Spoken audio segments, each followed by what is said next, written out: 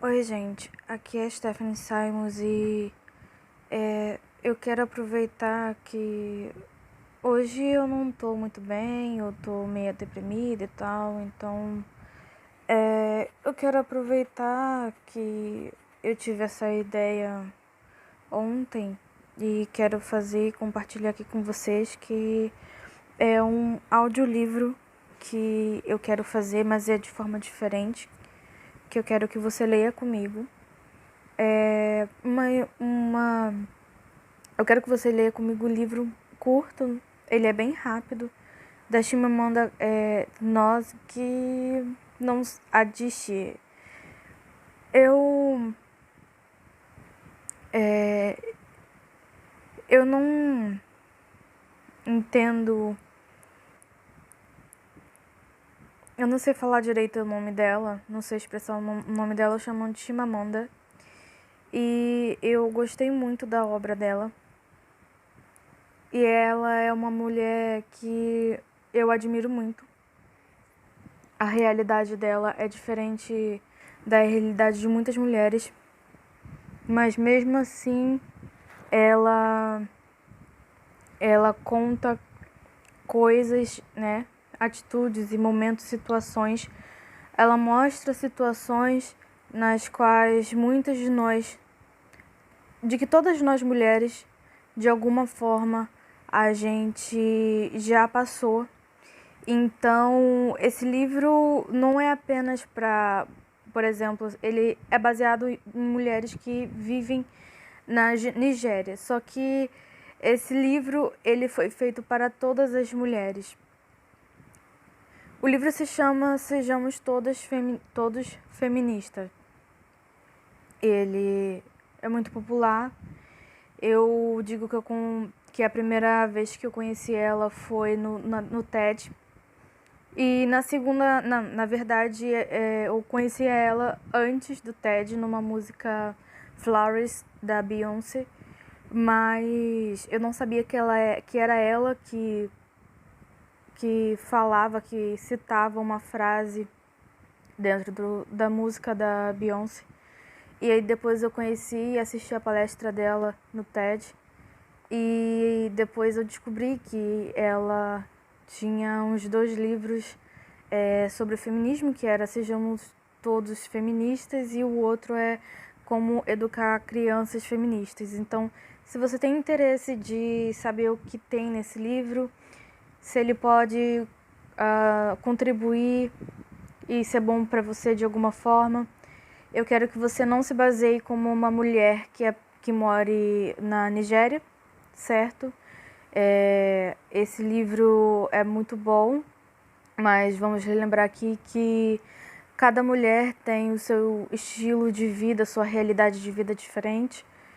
E você pode pegar essas histórias e essa situação que foi contada dentro desse livro e você pode usar dessas histórias, desse momento e do que você aprender com esse livro, você pode usar isso para aplicar na sua vida. Então, se você gostar, dê um like. Eu vou deixar o livro de graça disponível na descrição. E também eu vou deixar o livro da versão física e digital de forma paga, se você quiser comprar o livro e me ajudar de alguma forma.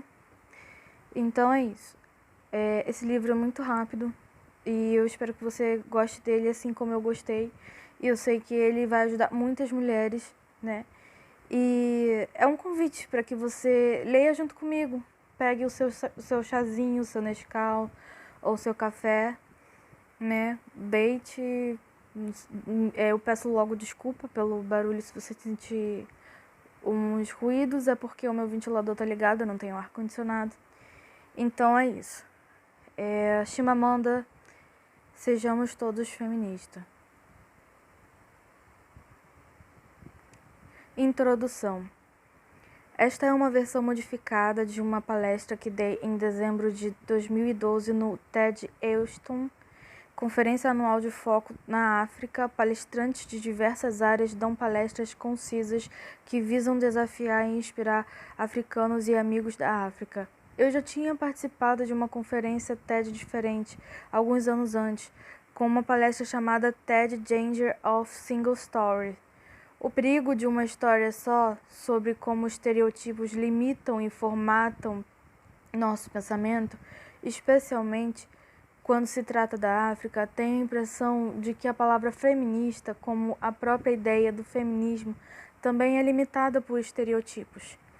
Quando meu irmão Chucks e meu melhor amigo Ike, os dois co-organizadores da conferência TED Elston, me convidaram a participar, não consegui negar. Decidi falar sobre feminismo porque é uma questão que me toca especialmente. Suspeitei que não seria um assunto muito popular, mas pensei que poderia começar um diálogo necessário. Então, naquela noite em que subi no palco, senti como se estivesse na presença da minha família. Uma audiência gentil e atenciosa, mas que poderia ser resistente ao assunto da minha família, da minha palestra, perdão. No fim, a aclamação da plateia, com todos de pé, me deu esperança. Oklahoma era um dos meus melhores amigos de infância. Morávamos na mesma rua e ele cuidava de mim como um irmão mais velho. Quando eu gostava de um garoto, pedia a opinião dele. Engraçado e inteligente, usava uma bota de cowboy, de bico pontudo. Em dezembro de 2005, ele morreu num acidente de avião, no sudoeste da Nigéria. Até hoje não sei expressar o que senti. Era uma pessoa com quem eu podia discutir, rir e ter conversa sincera. E também foi o primeiro a me chamar de feminista. Eu tinha 14 anos. Um dia na casa dele discutíamos, metralhávamos opiniões imaturas sobre livros que havíamos lido. Não lembro exatamente o teor da conversa, mas eu estava no meio de uma argumentação quando Oklahoma olhou para mim e disse: "Sabe de uma coisa? Você é feminista?" Não era um elogio. Percebi pelo tom de voz dele que era como se ele dissesse: "Você apoia o terrorismo?" Não sabia o que a palavra feminista significava e não queria que Oklahoma soubesse que eu não sabia. Então disfarcei e continuei argumentando. A primeira coisa que faria ao chegar em casa seria procurar a palavra no dicionário.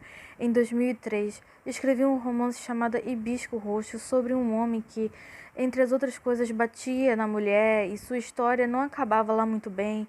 Enquanto eu divulgava o livro na Nigéria, um jornalista, um homem bem intencionado, veio me dar um conselho. Talvez vocês saibam que nigerianos estão sempre prontos a dar conselhos que ninguém pediu. Ele comentou que as pessoas estavam dizendo que meu livro era feminista. Seu conselho, disse, balançando a cabeça com um ar de consternado, era que eu nunca me intitulasse feminista, já que as feministas são as mulheres infelizes, que não conseguem arranjar marido. Então decidi me definir como feminista feliz. Mais tarde, uma professora universitária nigeriana veio me dizer que o feminismo não fazia parte da nossa cultura, que era anti-africano e que se eu me considerava feminista era porque havia sido corrompida pelos livros ocidentais, o que achei engraçado porque passei boa parte da juventude devorando romances que não eram nada feministas. Devo ter lido toda a coleção Água com Açúcar, publicada pela Mills and Bones, antes de 16 anos, e toda vez que tentava ler os tais livros clássicos sobre feminismo, ficava entediada e mal conseguia terminar. De qualquer forma, já o feminismo era anti-africano, resolvi me considerar feminista feliz e africana. Depois de uma grande amiga me disse que eu era feminista, então devia odiar os homens. Decidi me tornar uma feminista feliz e africana que não odeia os homens. E que gosta de usar o batom e salto alto para si mesma e não para os homens. É claro que não estou falando sério, só queria ilustrar como a palavra feminista tem um peso negativo. A feminista odeia os homens, odeia sutiã, odeia a cultura africana, acha que as mulheres devem mandar nos homens. Ela não se pinta, não se depila, está sempre zangada, não tem senso de humor, não usa desodorante. Quando eu estava no primário em Nsukka, uma cidade universitária no sudeste da Nigéria, no começo do ano letivo, a professora anunciou que iria dar uma prova em quem tirasse a nota mais alta seria o monitor da classe, seria Ser um monitor era muito importante. Ele podia anotar diariamente o nome dos colegas badeneiros, que por si só já era ter um poder enorme. Além disso, ele podia circular pela sala empunhando uma vara, patrulhando a turma do fundão. É claro que o monitor não podia usar vara, mas era uma ideia empolgante para uma criança de 9 anos como eu. Eu queria muito ser monitora da classe. Eu tirei a nota mais alta, mas, para minha surpresa, a professora disse que o monitor seria um menino. Ela havia se esquecido de esclarecer esse ponto, achou que fosse óbvio. Um garoto tirou a segunda nota mais alta, ele seria o monitor. O mais interessante é que o menino era uma alma bondosa e doce que não tinha o menor interesse em vigiar a classe com uma vara, que era exatamente o que eu almejava. Mas eu era menina e ele menino, e ele foi escolhido. Nunca me esqueci desse episódio. Se repetimos uma coisa várias vezes, ela se torna normal. Se vemos uma coisa com frequência, ela se torna normal. Se só os meninos são escolhidos como os monitores de classe, então em algum momento nós todos vamos achar, mesmo que inconscientemente, que só um menino pode ser monitor de classe. Se só os homens ocupam cargos de chefias nas empresas, começamos a achar normal que esses cargos de chefia sejam só ocupados por homens. Eu tendo a cometer o erro de achar que uma coisa óbvia para mim também é óbvia para todo mundo. Um dia estava conversando com meu querido amigo Louis, que é um homem brilhante, progressista, e que me disse: não entendo quando você diz que as coisas são diferentes e mais difíceis para as mulheres. Talvez fosse verdade no passado, mas não é mais. Hoje as mulheres têm tudo o que querem. Oi? Como Louis não enxergava o que para mim era tão óbvio? Adoro voltar para minha casa na Nigéria e passo a maior parte do tempo em Lagos, uma das maiores cidades e grande centro comercial do país. Às vezes à noite, quando não está tão quente e o ritmo da cidade desacelera, saio com os amigos ou família e vamos a restaurantes e cafés. Numa dessas ocasiões, Louis e eu saímos com os amigos, em Lagos. Há um ritual maravilhoso. Alguns jovens costumam ficar na porta dos estabelecimentos e ajudar as pessoas que a estacionar o carro. Lagos é uma metrópole com quase 20 milhões de habitantes, com mais energia do que Londres, com um espírito mais empreendedor do que Nova York e, portanto, as pessoas estão sempre inventando maneiras de ganhar vida. Como na maioria das grandes cidades, é difícil encontrar uma vaga para estacionar à noite.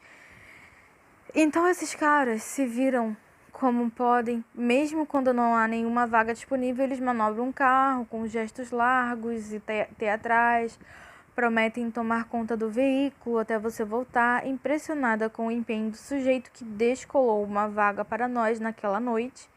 Decidi lhe dar uma gorjeta. Abri a bolsa, peguei o dinheiro e dei-lhe.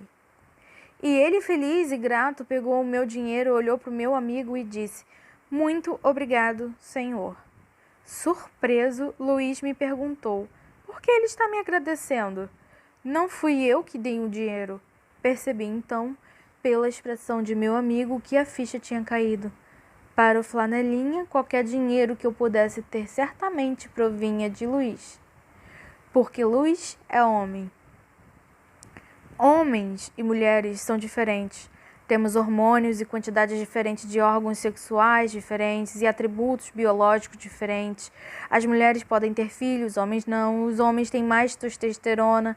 Em geral, são fisicamente mais fortes que as mulheres. Existem mais mulheres do que homens no mundo. Da população mundial é feminina, mas os cargos de poder e prestígio são ocupados pelos homens. A já falecida nigeriana Wangari Maathai, ganhadora do Prêmio Nobel da Paz, se expressou muito bem em poucas palavras quando disse que quanto mais perto do topo chegamos, menos mulheres encontramos. Na última eleição dos Estados Unidos, ouvimos com frequência falar de Lei Lilly Ledbetter, que visa a equiparação salarial das mulheres. Se formos além do nome bonito e aliterativo, O significado é o seguinte: nos Estados Unidos, quando um homem e uma mulher têm o mesmo emprego, com as mesmas qualificações, se o homem ganha mais é porque ele é homem. Então, de uma forma literal, os homens governam o mundo. Isso fazia sentido há 1000 anos. Os seres humanos viviam num mundo onde a força física era o atributo mais importante para a sobrevivência. Quanto mais forte a pessoa, mais chances ela tinha de liderar, e os homens, de uma maneira geral, são fisicamente mais fortes. Hoje vivemos num mundo completamente diferente.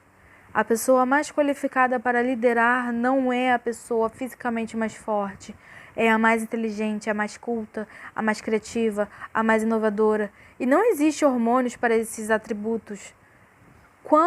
Tanto um homem como uma mulher podem ser inteligentes, inovadores, criativos. Nós evoluímos, mas nossas ideias de gêneros ainda deixam a desejar. Não faz muito tempo, ao entrar num dos melhores hotéis da Nigéria, um segurança na porta me parou e fez uma pergunta irritante: nome, número do quarto da pessoa que eu visitava. Eu conhecia essa pessoa, poderia provar que era hóspede do hotel e mostrar minha chave? Ele automaticamente supôs uma mulher nigeriana e desacompanhada só podia ser prostituta. Uma nigeriana desacompanhada não poderia ser hóspede e pagar pelo seu quarto? Um homem pode entrar no mesmo hotel sem ser perturbado? Parte-se da premissa de que ele está por uma razão legítima. Aliás, por que esses hotéis não se preocupam mais com a procura por prostitutas do que com a oferta aparente? Em Lagos, não posso ir sozinha. Há muitos bares e casas respeitáveis. Mulher desacompanhada não entra. É preciso estar com um homem. Amigos meus, homens, costumam ir a baladas e acabam entrando de braço dado com mulheres desconhecidas. A uma mulher desacompanhada só resta pedir ajuda para entrar no recinto. Sempre vou acompanhada a um restaurante nigeriano. O garçom cumprimenta o homem e me ignora. Os garçons são um produto de uma sociedade onde se aprende que os homens são mais importantes do que as mulheres. E sei que eles não falam mal, mas há um abismo entre entender uma coisa racionalmente e entender a mesma coisa emocionalmente. Toda vez que eles me ignoram, eu me sinto invisível, fico chateada, quero dizer a eles que sou tão humana quanto um homem e digna de ser cumprimentada. Sei que não são detalhes, mas às vezes são detalhes que mais incomodam. Não faz muito tempo escrevi um artigo sobre o que significa ser uma mulher em Lagos. Um conhecido disse que havia muita raiva no texto, que não deveria ter me expressado com tanta raiva, mas eu não via razão para me desculpar. É claro que eu estava com raiva, a questão de gênero, como está estabelecida hoje em dia, é uma grande injustiça. Desculpa, gente, que eu tô com um pouco de falta de ar. Peraí.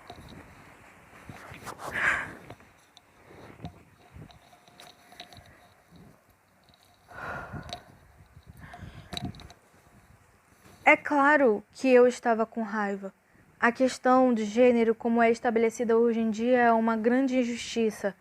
Estou com raiva, devemos ter raiva ao longo da história.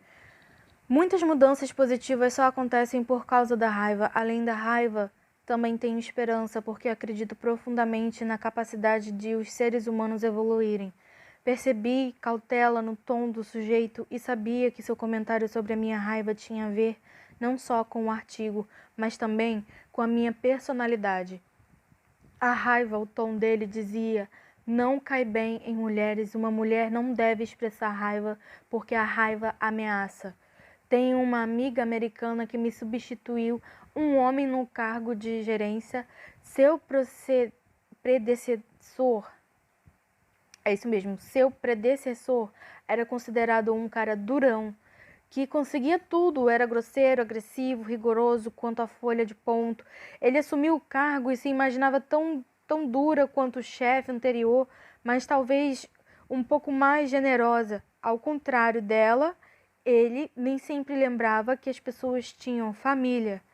Em poucas semanas no emprego, ele puniu o empregado por ter falsificado a folha de ponto, exatamente como seu predecessor tinha feito. O empregado reclamou com o gerente sênior, dizendo que ela era agressiva e difícil. Os outros funcionários concordaram. Um deles, inclusive, disse que tinha achado que ela traria um toque feminino ao ambiente de trabalho, mas que isso não acontecera. Não ocorreu a ninguém que ela estava fazendo a mesma coisa pela qual um homem teria recebido elogios. Outra amiga minha, também americana, trabalha com publicidade e tem um belo salário. Só há duas mulheres em sua equipe,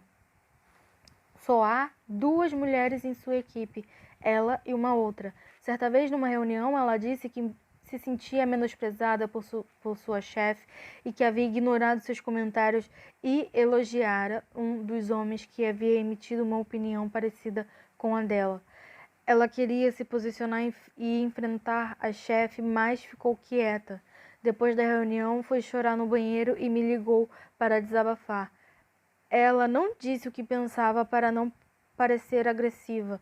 Deixou o ressentimento ferver em banho-maria. O que me impressiona em relação a ela e a várias outras amigas americanas é o quanto essas mulheres investem em ser queridas, como se fossem criadas para acreditar que ser benquista é muito importante. E isso não inclui demonstrar raiva ou ser agressiva, tampouco discordar. Perdemos muito tempo ensinando as meninas a se preocupar com o que os meninos pensam delas. Mas o oposto não acontece. Não ensinamos os meninos a se preocupar em ser benquistos. Se por um lado perdemos muito tempo dizendo às meninas que elas não podem sentir raiva ou ser agressivas ou duras, por outro lado elogiamos e perdoamos os meninos pelas mesmas razões. Em todos os lugares do mundo existem milhares de artigos e livros ensinando o que as mulheres devem fazer, como devem ou não devem ser para atrair e agradar os homens. Livros sobre como os homens devem agradar as mulheres são poucos. Dou uma oficina de escrita em Lagos e uma das jovens que participa do jogo me disse que um amigo lhe havia prevenido de não prestar atenção no meu discurso feminista sob pena de absorver ideias que destruiriam seu casamento. Essa é uma ameaça à destruição um casamento e a possibilidade de acabar não se casando levanta contra as mulheres na nossa sociedade com uma frequência muito maior do que contra os homens. A questão de gênero é importante em qualquer canto do mundo. É importante que comecemos a planejar e sonhar um mundo diferente, um mundo mais justo, um mundo de homens mais felizes e mulheres mais felizes, mais autênticos consigo mesmos. E é assim que devemos começar. Precisamos criar nossas filhas de uma maneira diferente. Também precisamos criar nossos filhos de uma maneira diferente. O modo como criamos nossos filhos homens é nocivo. Nossa definição de masculinidade é muito estreita. Abafamos a humanidade que existe nos meninos, enclausurando-os numa jaula pequena e resistente. Ensinamos que eles não podem ter medo, não podem ser fracos e, se mostrar vulneráveis, precisam esconder quem realmente são, porque eles têm que ser, como se diz na Nigéria, homens duros. No ensino médio, quando um garoto e uma garota saem juntos, o único dinheiro de que dispõe é uma pequena mesada.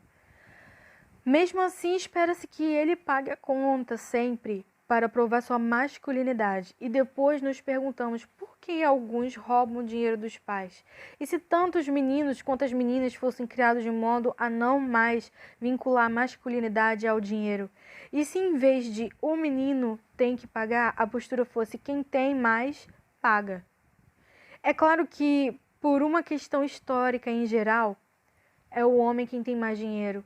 No entanto, se começarmos a criar nossos filhos de outra maneira, daqui a 50, 100 anos eles não serão prisionados a provar sua masculinidade por meio de bens materiais. Mas pior é que, quando os aprisionamos a agir como durões, nós os deixamos com um ego muito frágil. Quanto mais duro um homem acha que deve ser, mais fraco será o seu ego. E criamos as meninas de maneira bastante perniciosa, porque as ensinamos a cuidar do ego frágil do sexo masculino. Ensinamos as meninas a se esconder, a se diminuir, dizendo-lhes: você pode ter ambição, mas não muita. Devemos almejar o sucesso, mas não muito. Senão você ameaça o homem. Se você é a provedora da família, finja que não é, sobretudo em público, senão você estará emasculando o homem. Por quê? Então, não questionar essa premissa. Por que o sucesso da mulher ameaça o homem? Bastaria descartar a palavra, e não sei se existe outra palavra em inglês que eu desgoste tanto que emasculação. Uma vez, um nigeriano conhecido meu me perguntou se eu não incomodava o fato de os homens se sentirem intimidados comigo. Eu não me preocupo nem um pouco, nunca me havia passado pela cabeça que isso fosse um problema, porque o homem que se sente intimidado por mim é exatamente o tipo de homem por quem não me interesso. Mesmo assim, fiquei surpresa, já que pertenço ao sexo feminino, espera-se que eu almeje me casar, espera-se que eu faça minhas escolhas levando em conta o casamento, é a coisa mais importante do mundo. O casamento pode ser bom, uma fonte de felicidade, amor e apoio mútuo, mas por que ensinamos as meninas a aspirar ao casamento, mas não fazemos o mesmo com os meninos? Uma nigeriana conhecida minha decidiu vender a sua casa para não intimidar o homem que eventualmente quisesse se casar com ela. Conheço uma outra também solteira que em congressos usa a aliança de casamento porque quer ser respeitada pelos colegas. Segundo ela, a ausência do anel torna desprezível. E isso no ambiente moderno de trabalho. Há moças que, de tão pressionadas pela família, pelos amigos e até pelo trabalho, acabam fazendo péssimas escolhas. Em nossa sociedade, a mulher de certa idade que ainda não se casou enxerga como uma fracassada. Já o homem, se permanece solteiro, é porque não teve tempo de fazer suas escolhas. Falar é fácil, eu sei, mas as mulheres só precisam aprender a dizer não a tudo isso. A realidade, porém, é mais difícil, mais complexa. Somos seres sociais, afinal de contas. E internalizamos as ideias através da socialização. Até mesmo a linguagem que empregamos dentro do casamento é reveladora. Frequentemente é uma linguagem de posse, não de parceria. Pensamos na palavra respeito como um sentimento que a mulher deve ao homem, mas raramente o inverso. Tanto o homem quanto a mulher dizem: eu fiz isso porque queria paz no meu casamento. Mas quando os homens dizem isso, em geral se referem a algo que eles não deveriam mesmo fazer. É como se eles justificassem para os amigos e no fim das contas isso serve para comprovar a sua masculinidade. Minha mulher disse que não posso sair todas as noites, então daqui para frente, para ter paz no meu casamento, só vou sair no fim de semana. Quando as mulheres dizem que tomaram determinada atitude para ter paz no casamento, é porque em geral desistiram de um emprego, de um passo na carreira, de um sonho. Ensinamos que nos relacionamentos é a mulher que deve abrir mão das coisas. Criamos nossas filhas para enxergar as outras mulheres como rivais, não em questões de emprego ou realizações, o que na minha opinião poderia até ser bom, mas como rivais da atenção masculina. Ensinamos às meninas que elas não podem agir como seres sexuais do modo como agem os meninos. Se temos filhos homens, não nos importamos em saber sobre suas namoradas. Mas e os namorados das nossas filhas? Deus me livre. Mas obviamente esperamos que elas tragam para casa o homem perfeito para casar na hora certa. Nós policiamos nossas meninas, elogiamos a virgindade delas, mas não a dos meninos. E me pergunto como isso pode funcionar, já que a perda da virgindade é um processo que normalmente envolve duas pessoas. Recentemente, uma moça foi estuprada por um grupo de homens na Nigéria e a reação de vários jovens de ambos os sexos foi algo do gênero: sim, estuprar é errado, mas o que ela estava fazendo no quarto com 4 homens? Bem, se possível, tentemos esquecer a crueldade desse raciocínio. Os nigerianos foram criados para achar que as mulheres são inerentemente culpadas. E elas cresceram esperando tão pouco dos homens que a ideia de vê-los como criaturas selvagens sem autocontrole é de certa forma aceitável. Ensinamos as meninas a sentir vergonha, fechar as pernas, olhar o decote. Nós fazemos sentir vergonha da condição feminina. Elas já nascem culpadas. Elas já crescem e se transformam em mulheres que não podem externar seus desejos. Elas se calam, não podem dizer o que realmente pensam, fazem ou fingimento ou dizer o que realmente pensam, fazem do fingimento uma arte. Conheço uma mulher que odiava tarefas domésticas, mas fingia que não, já que fora ensinada a ser caseira como ser uma boa esposa tem de ser. Finalmente ela se casou e a família do marido começou a reclamar quando seu comportamento mudou. Ora, na verdade ela não mudou, ela apenas se cansou de fingir ser o que não era. O problema da questão do gênero é que ela prescreve como devemos ser em vez de reconhecer como somos. Seriam bem mais felizes, mais livres, mas para sermos quem realmente somos, se não tivéssemos o peso da expectativa do gênero. Meninos e meninas são inegavelmente diferentes em termos biológicos, mas a socialização exagera essas diferenças, e isso implica na autorrealização de cada um. O ato de cozinhar, por exemplo, ainda hoje, as mulheres tendem a fazer mais tarefas de casa do que os homens. Elas cozinham e limpam a casa, mas por que é assim? Mas por que é assim? Será que elas nascem com o gene a mais para cozinhar? Ou será que ao longo do tempo elas foram condicionadas a entender que seu papel é cozinhar? Cheguei a pensar que talvez as mulheres de fato houvessem nascido com tal gene. Mas aí lembrei que os cozinheiros mais famosos do mundo que recebem o título pomposo de chefe são em sua maioria homens. Costumava observar minha avó, uma mulher brilhante, e ficava imaginando o que ela poderia ter sido se durante a juventude tivesse tido a mesma oportunidade que os homens. Hoje, diferente do que acontecia na sua época, há mais oportunidades para mulheres, houve mudanças nas políticas e na lei que foram muito importantes. Mas o que realmente conta é a nossa postura e a nossa mentalidade.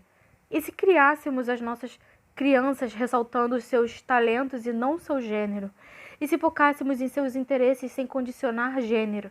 Conheço uma família que tem um filho e uma filha com 1 ano de diferença, ambos alunos brilhantes. Conheço o menino, está com fome, os pais mandam a garota preparar um macarrão instantâneo para o irmão. Ela não gosta de cozinhar macarrão instantâneo, mas como é menina, tem que obedecer. E se os pais, desde o início, tivessem ensinado ambos os filhos a cozinhar macarrão instantâneo? Aliás, aprender a cozinhar é bom para a vida prática e útil de um menino. Nunca vi sentido em deixar às mãos de terceiros uma coisa tão crucial como a capacidade de se nutrir. Conheço uma mulher que tem o mesmo diploma, o mesmo emprego que o marido. Quando eles chegam em casa do trabalho, cabe a ela a maior parte das tarefas domésticas, como ocorre em muitos casamentos. Mas o que me surpreende é que sempre que ele troca a fralda do bebê, ela fica agradecida. Por que ela não se dá conta de que é normal e natural que ele ajude a cuidar do filho? Estou tentando desaprender várias lições que internalizei durante a minha formação, mas às vezes ainda me sinto vulnerável quando me deparo com as expectativas de gênero. Na primeira aula de escrita para uma turma de pós-graduação, fiquei apreensiva, não com o conteúdo do curso, já que estava bem preparada e gosto da matéria. Estava preocupada com o que vestia, eu queria ser levada a sério, sabia que ser mulher e automaticamente teria que demonstrar minha capacidade e estava com medo de parecer feminina demais e não ser levada a sério. Queria passar batom e usar saia bem feminina, mas desisti da ideia. Escolhi um terninho careta, bem masculino e feio. E a verdade é que quando se trata de aparência, nosso paradigma é masculino. Muitos acreditam que quanto menos feminina for a aparência de uma mulher, mais chance ela terá de ser ouvida. Quando um homem vai a uma reunião de negócios, não lhe passa pela cabeça que será levado a sério ou não, dependendo da roupa que vestir, mas a mulher pondera. Eu não queria ter usado aquele conjunto feioso. Se tivesse a autoconfiança que tenho hoje, meus alunos teriam aproveitado ainda mais as minhas aulas, porque eu estaria mais confortável na minha própria pele e seria mais verdadeira comigo mesma. Decidi parar de me desculpar por ser feminina. Eu quero ser respeitada por minha feminilidade, porque eu mereço. Gosto muito de política e história. Adoro uma conversa boa, produtiva. Sou feminina, sou feliz por ser feminina. Gosto de salto alto, de variar os botões. É bom receber elogios, seja de homem, seja de mulheres. Cá entre nós, prefiro ser elogiada por mulheres elegantes, mas com frequência uso roupas que os homens não gostam ou não entendem. Uso essas roupas porque me sinto bem nelas. O olhar masculino como determinante das escolhas da minha vida não me interessa. Não é fácil conversar sobre a questão de gênero. As pessoas se sentem desconfortáveis, às vezes até irritadas. Tanto os homens como as mulheres não gostam de falar sobre o assunto, contornam rapidamente o problema, porque a ideia de mudar de status quo é sempre penosa. Algumas pessoas me perguntam por que usar a palavra feminista? Por que não dizer que você acredita nos direitos humanos ou algo parecido? Por que seria desonesto? O feminismo faz, obviamente, a parte dos direitos humanos de uma forma geral, mas escolher uma expressiva vaga como direitos humanos é negar a especificidade e particularidade do problema de gênero. Seria uma maneira de fingir que as mulheres não foram excluídas ao longo dos séculos. Seria negar que a questão de gênero tem como alvo as mulheres. Que o problema não é ser humano, mas especificamente um ser humano do sexo feminino. Por séculos, os seres humanos eram divididos em dois grupos, um dos quais excluíam e imprimiam o outro, e, no mínimo justo, que a solução para que esse problema esteja no reconhecimento desse fato. Alguns homens se sentem ameaçados pela ideia de feminismo. Acredito que essa ameaça tenha origem na insegurança que eles sentem, como foram criados de um determinado modo, quando não estiverem naturalmente dominando como os homens, a situação se terão a autoestima diminuída. Outros talvez enfrentem a palavra feminismo da seguinte maneira: tudo bem, isso é interessante, mas não é o meu modo de pensar. Aliás, eu nem sequer penso na questão de gênero, talvez não pense mesmo. E isso é a parte do problema. Os homens não pensam na questão do gênero, nem notam que ela existe. Muitos homens, como meu amigo Louis, dizem que as coisas eram ruins no passado, mas que agora está tudo bem. Muitos não fazem nada para mudar a situação das coisas.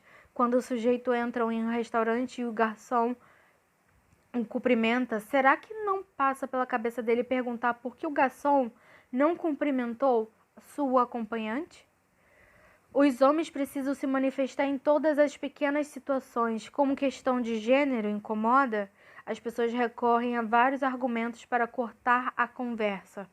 Algumas lançam mão da biologia evolutiva dos macacos, lembrando como as fêmeas, por exemplo, se curvam perante os machos. Mas a questão é o seguinte: nós não somos macacos, mas macacos vivem em árvores e comem minhocas. Nós não. Algumas pessoas dirão: bem, os homens, coitados, também sofreram e sofrem até hoje. Mas não é disso que estamos falando. Gênero e classe são duas coisas distintas. Um homem pobre ainda tem privilégios de ser homem, mesmo que não tenha o privilégio da riqueza. Conversando com homens negros, Aprendi muito sobre os vários sistemas de opressão e sobre como eles podem não reconhecer uns aos outros. Uma vez eu estava falando sobre a questão de gênero e um homem me perguntou por que eu via como uma mulher e não como ser humano. E o tipo de pergunta que funciona para silenciar a experiência específica de uma pessoa, lógico que eu sou um ser humano, mas há questões particulares que acontecem comigo e no mundo porque sou mulher. Esse mesmo homem, a propósito, com frequência falava a sua experiência como um homem negro e eu deveria ter respondido: por que você não fala das suas experiências como homem ou um ser humano?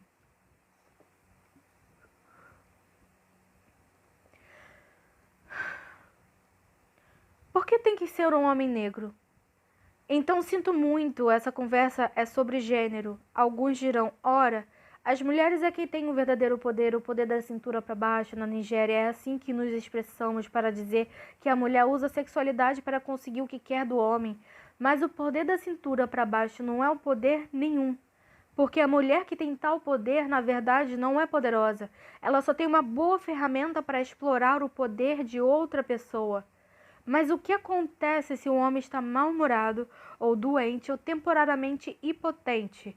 Tem gente que diz que a mulher é subordinada ao homem porque isso faz parte da cultura, mas a cultura está sempre em transformação.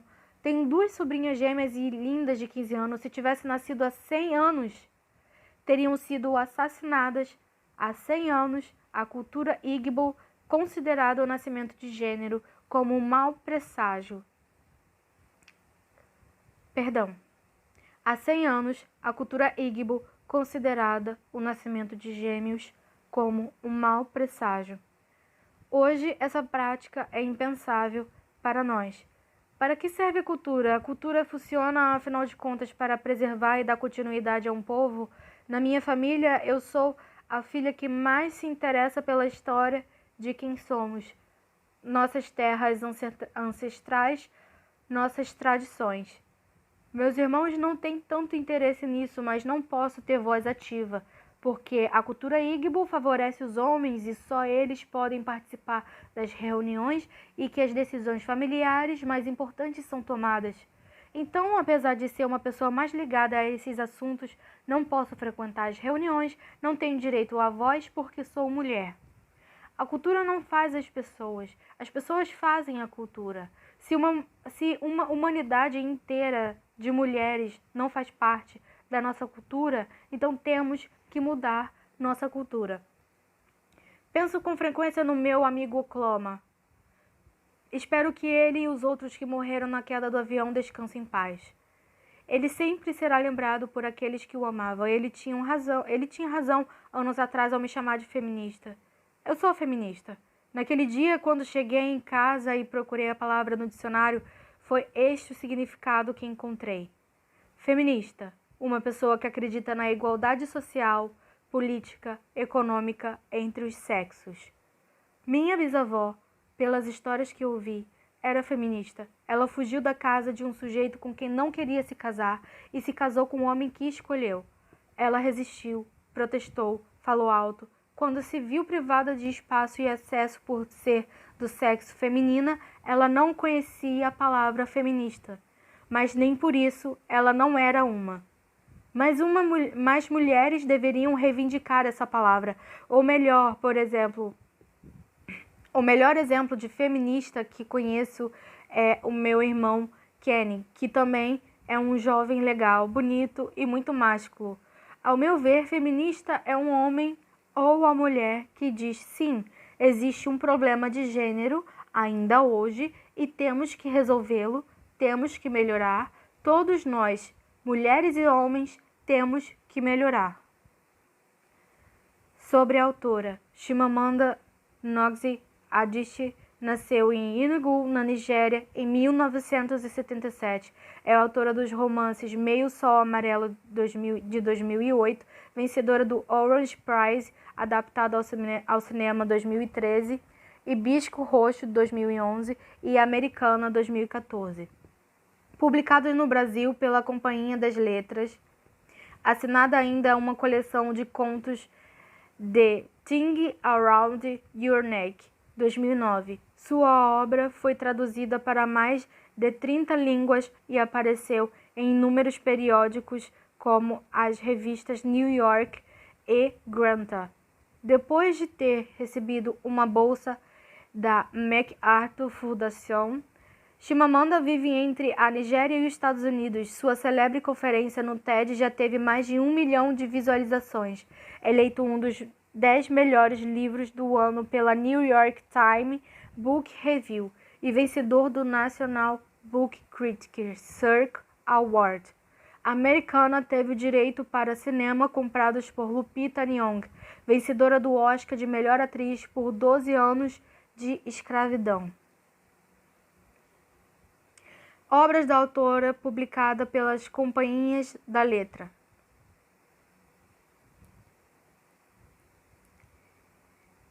Então é isso, gente. Eu espero que você tenha gostado desse trabalho da Chimamanda, de todos os outros trabalhos dela.